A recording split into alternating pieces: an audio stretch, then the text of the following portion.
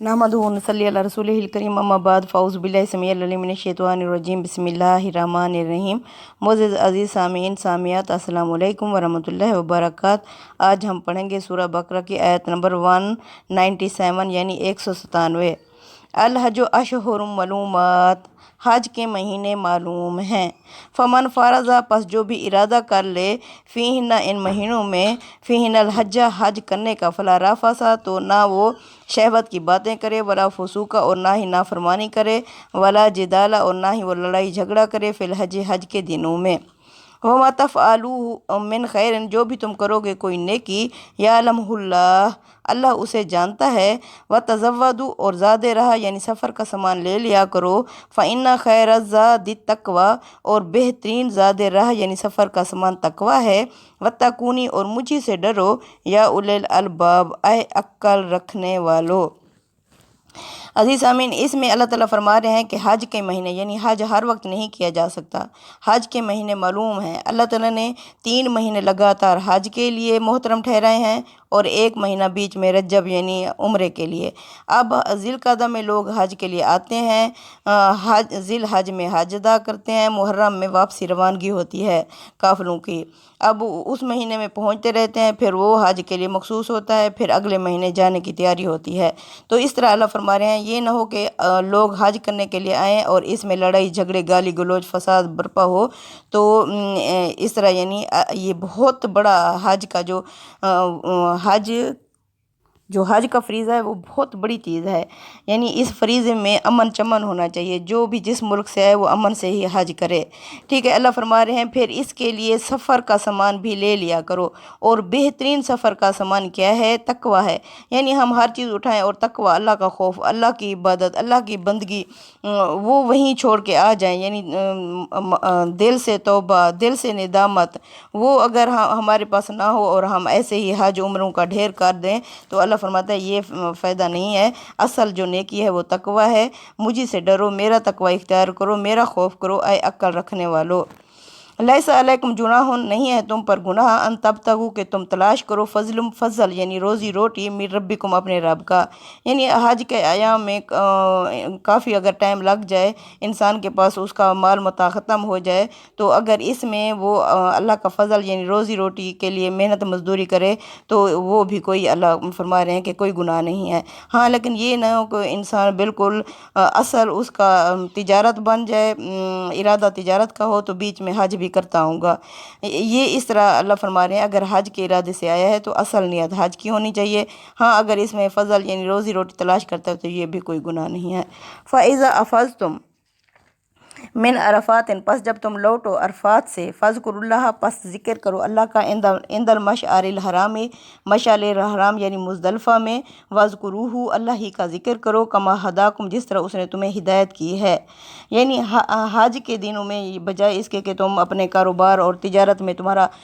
خاص دھیان ہو، ان میں یہ مخصوص دن ہیں اور یہ بہت بڑی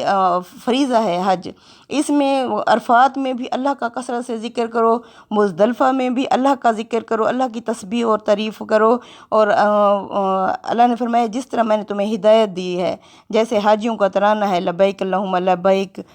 لبیک لا شریک لک لبیک ان الحمد ونعمت لک والملک، اس طرح یعنی حاجی اپنے خاص تسبیح و تثنیات میں ہی اپنا زیادہ وقت گزاریں۔ ان کنتم من قبل لمن الضالین، اس سے پہلے تو تم نہ سمجھتے، نہ واقف تھے، اگر تم اس طرح کے کاروبار اور تجارت کرتے تھے تو اس سے پہلے تم نہ سمجھتے، اب اللہ کے رسول تمہارے اندر موجود ہیں اور اللہ نے جس طرح ہدایت کی ہے اس طرح حج اور عمرہ ادا کرو۔ ثم افیضوا من حیث افاض الناس، اور پھر تم بھی وہیں سے پلٹو جہاں سے اور لوگ پلٹ رہے ہوں، یا تم بھی ویسا ہی حج کرو جس طرح اور لوگ حج کر رہے ہوں۔ یہ کفار مکہ کے لیے خاص تھا، وہ اس وقت جب وہ کفر میں شامل تھے تو وہ پھر حرم کے حدود سے باہر نہیں جاتے تھے، اپنے حج عمرے کو حرم کے حدود تک محدود کرتے اور آگے نہ عرفات اور مزدلفہ اس میں نہیں جاتے تھے۔ اللہ نے فرمایا نہیں، تم بھی ویسے ہی حج کرو جس طرح اللہ نے اب پیچھے ہدایت دی ہے، تو یہ نہیں ہے کہ تمہارا انفرادی طریقہ ہو، نہیں۔ ثم افیضوا من حیث افاض الناس، پھر تم بھی ویسے ہی حج کرو، وہیں سے پلٹو جہاں سے اور لوگ پلٹ رہے ہوں، واستغفر اللہ، یعنی اللہ سے معافی مانگو، جو یہ غلطی کرتے رہے ہو اس پر اللہ سے دل سے ندامت شرمندگی کرو۔ ان اللہ غفور رحیم، بے شک اللہ بخشنے والا اور رحم کرنے والا ہے بے شک۔ فَإِذَا قَضَيْتُمْ، پس جب تم ادا کر چکو مناسککم حج کے طریقے یا عبادت کے طریقے، فَاذْكُرُوا اللَّهَ، پس اللہ کا ذکر کرو، کا ذکرکم آباءکم، جس طرح تم ذکر کرتے تھے آباء و اجداد کا، او اشد ذکر، یا اس سے بھی شدید ذکر۔ پھر جب یہ حج ادا کر لیتے تھے، اپنے باپ دادا کے قصے کہانیاں سناتے تھے، ان کی سخاوت بیان کرتے تھے، اللہ نے فرمایا یہ چھوڑو، اب تم اللہ کا ذکر کرو جس طرح تم اپنے آباء و اجداد کا ذکر کرتے تھے، بلکہ اس سے بھی زیادہ، او اشد ذکر، اللہ کا ذکر کرو۔ فَمِنَ النَّاسِ، اور لوگوں میں سے، من یقولو، کچھ ایسے ہیں، ربنا، جو کہتے ہیں ربنا، اے ہمارے رب، آتینا، ہمیں عطا کر، فی الدنیا، دنیا میں، وما لہ فی الآخرۃ من خلاق، ایسے لوگوں کا آخرت میں کچھ بھی حصہ نہیں ہوگا۔ یعنی اکثر لوگ حج کے دوران اور حج کے بعد ان کی یہی ایک ہی دعا ہوتی تھی کہ اے اللہ ہمیں سب کچھ دنیا میں ہی عطا کر دے۔ اب اللہ فرما رہا ہے اتنا بڑا تم فریضہ ادا کرنے کے بعد صرف دنیا کو مانگ رہے ہو۔ اللہ نے فرمایا لوگوں میں سے کچھ ایسے بھی ہیں جو صرف دنیا مانگ رہے ہوتے ہیں حج کے دنوں میں، اتنا بڑا فریضہ ادا کرنے کے بعد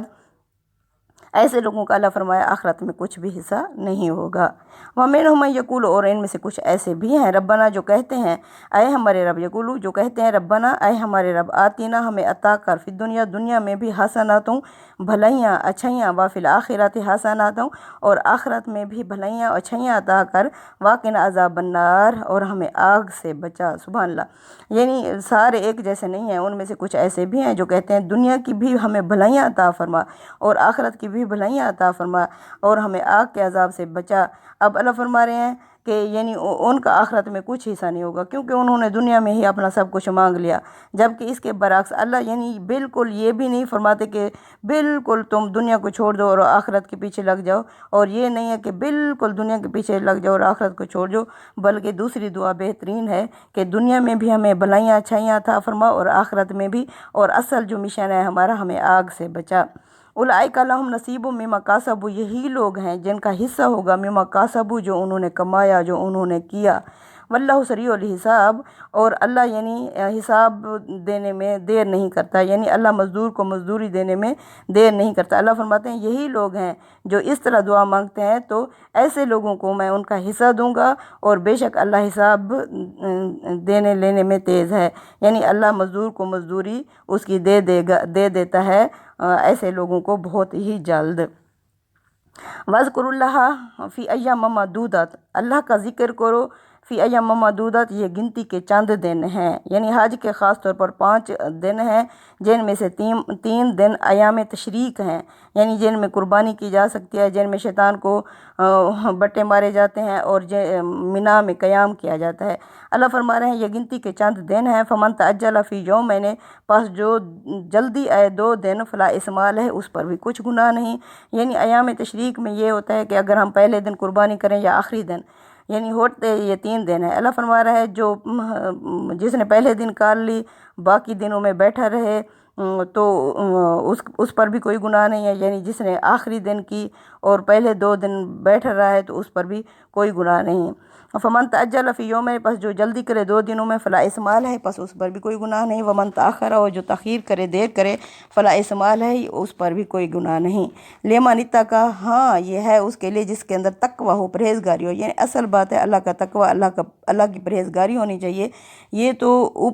ظاہری وہ ہیں عبادات ہیں، لیکن اصل جو ہے وہ تقوی ہے اور پرہیزگاری ہے، وہ انسان کے دل کے اندر موجود ہونا چاہیے۔ واتقوا اللہ، اور اللہ کا تقوی اختیار کرو، وَاعْلَمُوا، جان لو، انکم الیہ تحشرون، بے شک تمہیں جمع ہو کر اسی کی طرف ہی جانا ہے۔ یعنی اگر ہم نے ظاہری طور پر سارے مناسک بھی ادا کر دیے، سارا کچھ حج بھی کر دیا، لیکن اصل جو ہے جس طرح وہ کہتے تھے ہمیں دنیا میں ہی سب کچھ مل جائے،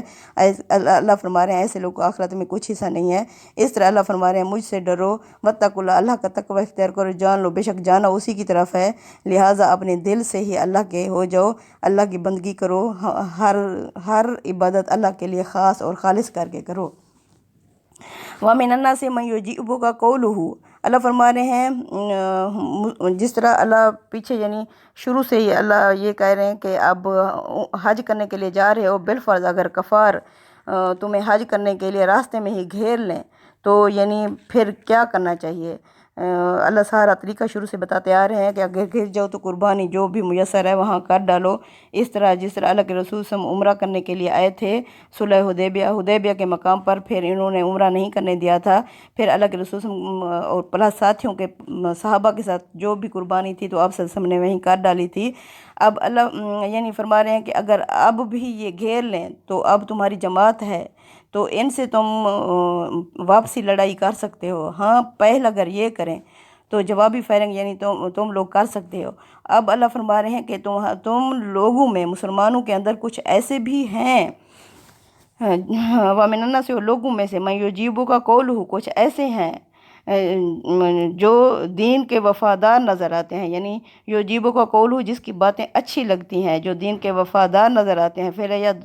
دنیا کی زندگی میں وَيُشْهِدُ اللَّهَ عَلَى مَا فِي قَلْبِهِ اور وہ اللہ کے نام کی قسمیں کھا کر اپنی دلی طور پر اللہ کے نام کی قسمیں کھاتا ہے، وَهُوَ أَلَدُّ الْخِصَامِ اللہ فرما رہے ہیں ایسا میں حقیقت میں ایسے لوگ جھگڑالو ہیں، یعنی تمہاری جماعت کے اندر کچھ ایسے بھی موجود ہیں جو وفاداری کے لیے اللہ کے نام کی قسمیں کھاتے ہیں کہ ہم اللہ کے رسول صلی اللہ علیہ وسلم کے وفادار ہیں، لیکن یہ اصل میں اسلام کے اللہ فرما رہے دشمن ہیں۔ وَإِذَا تَوَلَّى سَعَىٰ فِي الْأَرْضِ جب یہ اللہ کے رسول صلی اللہ علیہ وسلم کی محفل سے جاتے ہیں تو کوششیں کرتے ہیں فی الارض زمین میں، لِيُفْسِدَ فِيهَا کہ وہ فساد مچائیں اس میں، وَيُهْلِكَ الْحَرْثَ وَالنَّسْلَ اور ہلاک کر دیں فصل اور نسل کو، یعنی ایسے لوگوں کا ارادہ کیا ہوتا ہے کہ ہم ان کے مسلمانوں کے اندر شامل ہو کر لیکن ہوتے کفار کے ساتھ ہیں کہ اللہ کرے جنگ چھڑ جائے تو ہم یعنی ان کی فصلوں اور نسلوں کو تباہ کر ڈالیں گے۔ اللہ نے فرمایا ایسے بھی تمہارے اندر کچھ لوگ موجود ہیں کہ وہ وَيُهْلِكَ الْحَرْثَ کہ وہ ہلاک کر دیں فصل اور وَالنَّسْلَ نسل کو، وَاللَّهُ لَا يُحِبُّ الْفَسَادَ اور اللہ نہیں پسند کرتا فساد کرنے والوں کو۔ وَإِذَا قِيلَ اتَّقِ اللَّهَ جب ان سے کہا جاتا ہے کہ اللہ سے ڈرو، اللہ کا تقوی اختیار کرو، أَخَذَتْ الْعِزَّةَ بِالْإِثْمِ جب اسے کہا جاتا ہے کہ اپنی غلطی کا اعتراف کرو، اللہ سے ڈرو، تو پھر اس کی انانیت اس کی عزت بالاسم اس کو گناہ پر جما دیتی ہے، اخذت العزت بالاسم اس کی یعنی انانیت اس کا غرور اسے گناہ پر جما دیتا ہے کہ میں معافی مانگوں، یعنی ایک چھوٹی سی غلطی پر انسان اپنے آپ کو مان لے کہ میں غلطی پر ہوں، تو یعنی آگے اتنی بڑی لڑائی جھگڑے سے انسان بچ سکتا ہے۔ ایسے لوگوں کی جب غلطی پکڑی جاتی ہے، جب انہیں کہا جاتا ہے کہ غلطی ہے تمہاری، اللہ سے ڈرو، اللہ کا خوف کرو، اللہ کے رسول صلی اللہ علیہ وسلم کی موجودگی میں اس طرح کے کام کر رہے ہو، تو اس کی انانیت اس کا غرور یعنی اسے گناہ پر جما دیتا ہے، فحسبہ جہنم پس ایسے لوگوں کے لیے جہنم ہی کافی ہے، ولا بئس المہاد اور یہ بہت ہی بری ہے واپسی کی جگہ۔ خاص طور پر کہتے ہیں کہ یہ اشرق بن شریک زہری کوئی تھا تو اس طرح کا اس کا کردار تھا، یعنی یہ قیامت تک کی قرآن کتاب ہے، اس میں اس طرح کے لوگ جو بھی موجود ہوں تو یہ سب پر ہی دلالت کر رہا ہے۔ اللہ فرما رہے ہیں وَمِنَ النَّاسِ اس کے برعکس دوسری وہ بھی ہیں، اب کچھ لوگوں کا کردار اس طرح ہے اور کچھ لوگ آگے یہ آ رہے ہیں، وَمِنَ النَّاسِ اور لوگوں میں سے مَن یشری نفسہ ابتغاء کچھ ایسے ہیں جو بیچ ڈالتے ہیں نفسہ اپنی ذات کو اپنے آپ کو، ابتغاء مرضات اللہ اللہ کی رضا چاہنے کے لیے، واللہ رؤوف بالعباد اللہ بھی مہربان ہے ایسے بندوں پر ایسے لوگوں پر، یعنی دو کردار ہیں، ایک کردار وہ ہے جو بیچ میں رہتے ہوئے اللہ کے رسول صلی اللہ علیہ وسلم کے ساتھ میں رہتے ہوئے اس طرح کے ان کے پروگرام یعنی پلاننگ ہوتی ہے، اور دوسرے وہ ہیں اللہ کہتے ہیں اللہ کی رضا کے لیے اپنی ذات کو اپنے آپ کو بیچ ڈالتے ہیں، اللہ بھی مہربان ہے ایسے بندوں پر۔ یا ایھا الذین آمنوا ادخلوا فی السلم کافہ اب ان دونوں گروہوں سے اللہ مخاطب ہے، اللہ فرما رہے ہیں کہ اے ایمان والے لوگو دین میں پورے کے پورے داخل ہو جاؤ، یا ایھا الذین آمنوا ایمان والے لوگوں ندخلوا فی السلم کافہ دین میں پورے کے پورے داخل ہو جاؤ، ولا تتبعوا خطوات شیطان اور تم مت پیروی کرو شیطان کے نقش قدم کی، یعنی اللہ سے معافی مانگ لو، اپنا گھمنڈ اپنا غرور اپنی چھوڑ دو اور معذرت کر لو، دین میں پورے کے پورے داخل ہو جاؤ اور تم شیطان کے نقش قدم کی پیروی نہ کرو، انہ لکم عدو مبین بے شک شیطان تمہارا کھلا دشمن ہے۔ فَإِن زَلَلْتُمْ پس اگر تم ڈگمگا جاؤ، یعنی اتنی کھلی تنبیہات آ چکی ہیں اتنی واضح تنبیہات آ جانے کے بعد فَإِن زَلَلْتُم، پس اگر تم ڈگمگا جاؤ یا پھسل جاؤ، مِن بَعْدِ مَا جَاءَتْكُمُ الْبَيِّنَاتُ، کیونکہ تمہارے پاس کھلی واضح تنبیہات بھی آ چکی ہیں، فَاعْلَمُوا، پس جان لو، ان اللہ عزیز حکیم، بے شک اللہ زبردست حکمت والا ہے۔ یعنی اللہ تعالیٰ ابھی حکمت سے کام کر رہا ہے، اگر پکڑنے پر آ جائے تو زمین پر ایک بھی جان والا نہ چھوڑے، لیکن اللہ یہ نہیں کہ فوراً ہی عذاب لے آئے، فوراً ہی پکڑ لے انسان کو، نہیں، اللہ حکمت سے کام لیتا ہے۔ حال ینظرون الی ان یاتیہم اللہ، کیا یہ اس بات کا انتظار کر رہے ہیں، یعنی اللہ تعالیٰ نے اپنی حجت تمام کر دی ہے، اپنی تنبیہات کھول کے بتا دی ہیں، مگر اللہ فرما رہے ہیں کیا یہ اس بات کا انتظار کر رہے ہیں ان یاتیہم اللہ فی ظلال من الغمام، کہ اللہ آ جائے ان کے سامنے بادلوں کے سایوں میں، والملائکۃ، اور فرشتے آ جائیں، وقضی الامر، اور فیصلہ ہی ہو جائے، وَإِلَى اللَّهِ تُرْجَعُ الْأُمُورُ، اور تمام کاموں کی واپسی اللہ ہی کی طرف ہے۔ یعنی اللہ فرما رہے ہیں کہ ابھی تو یہ تمہیں کھلم کھلا تنبیہات مل رہی ہیں، مگر یہ لوگ انتظار کر رہے ہیں کہ یعنی قیامت کا دن ہی آ جائے، سارا فیصلہ ہی کر ڈالا جائے۔ اللہ فرما رہے ہیں کہ یہ سارا کچھ ہوگا اور تمام ہر چیز اللہ ہی کی طرف واپس جانی ہے، لیکن ابھی تمہیں موقع ملا ہوا ہے، اس موقع کا فائدہ اٹھاؤ اور اللہ سے توبہ کرو۔